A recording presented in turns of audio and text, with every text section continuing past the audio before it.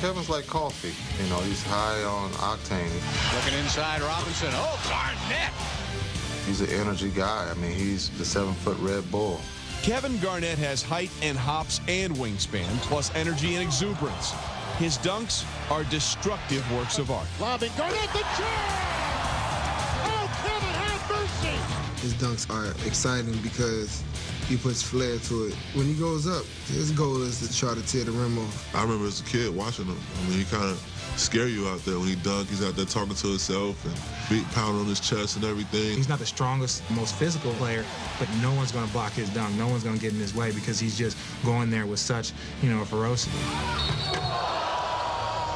One of Garnett's most emotional dunks came during the Timberwolves' home opener of the 2000-2001 season when the jersey of former teammate Malik Sealy was retired. Sealy had died in a car accident the previous spring. During the national anthem, I heard him saying, "This game's for you. This game's for you, Malik." And I remember somebody took a shot and missed it. And Kevin grabbed this rebound in the air, like with one hand, and slammed it down.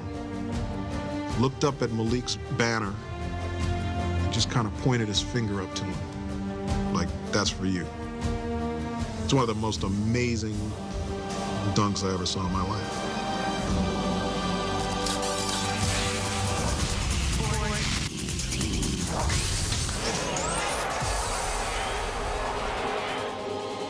Yes.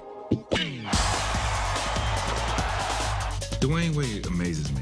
He's one of those guys that weaves in and out of traffic and just rises up on you. He's go get it, dunker. Like, I'm in the building. I'm here. I ain't going nowhere. I'm going to dunk it 100 times if you let me dunk it 100 times. If you don't let me dunk it, I'm going to dunk it on you anyway.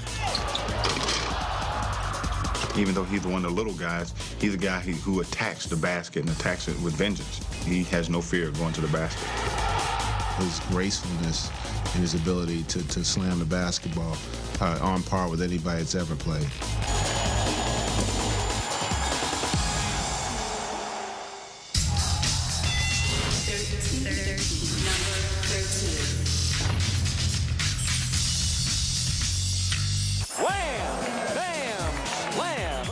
Larry Nance was a great dunker because although he was tall, 6'10", he moved like a guard. And he still had the fluidity to do things in the air, the dipsy-doos, that you don't see in big men. Larry Nance was one of the top big dunkers, and I think he's the guy that really don't give the credit that he deserves. Here he comes, there he goes. Spidery and explosive, Larry Nance first drew notice at Clemson, then with the Suns and the Cavs, for whom he rattled rims in a long and mostly unsung career. Dunking is an art, and just like any great artist, you have it or you don't. And a guy like Larry Nance, he had it, especially when the alley-oops were thrown to him. He could just go and get it. There's the lob to Nance. What a great dunk.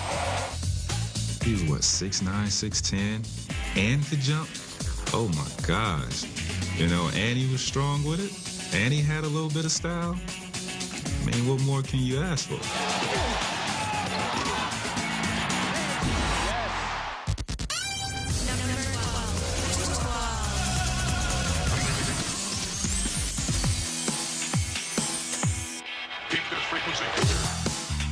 That's my guy, T-Mac. He's explosive, he's deceptive. You don't think he's gonna get as high as he does, but he just keeps going higher and higher. Throwing him lobs was very easy because you could throw it basically anywhere. He's gonna catch it and dunk it.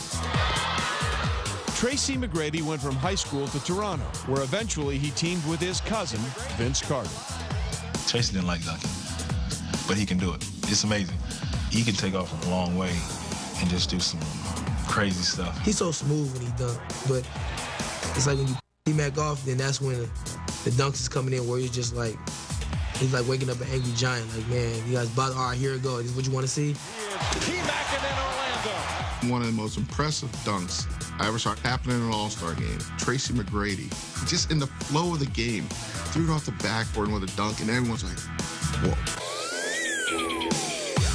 I always want to be that guy, to be the first to do it. and do it on a big stage. All the All-Stars around and you do something like that, that's a dunk to remember. I saw him do it. First time he did, I think it was in a preseason game. And let me tell you, he did it against, when he was with the Magic. I was hurt. He did it in Orlando.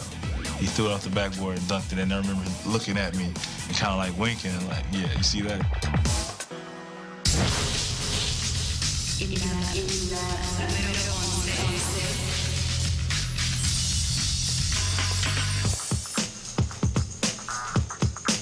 I got to play with Connie when I was growing up. Stop the beat. He was Elgin after Elgin and Julius before Julius. I've seen Connie since high school, and this guy had hands like Julius Erving. He could grab that ball like it was a grapefruit, and he could make all kinds of moves. As the ball is bouncing just a little bit above the foul line, he takes the ball in the air, elevates, goes down, and whams it. Be over and out of the gym. The place was empty. That was it. That's one of the greatest dunks I've ever seen of all time. The hook did him. Though innocent, Connie Hawkins' association with a point shaver cost him his college eligibility and led him to be barred from the NBA during most of his best years. Therefore, many of his most electrifying flights of fantasy exist only in memory. You know, Doc, on TV, you saw him in the AVA, you saw him in the NBA. In those days, TV didn't cover the hook. Connie Hawkins was one of the great soarers and swoopers of all time, who had that windmill dunk where he'd start about with a foul line and hold the ball up and throw it down and throw his arms around. Nobody'd ever seen anything like Connie Hawkins. And that's what you call a real legendary player. And when you think that we never saw his best years, sad. When we return with the best dunkers ever on Who's Number One, see why we need the breakaway rim. Look out below.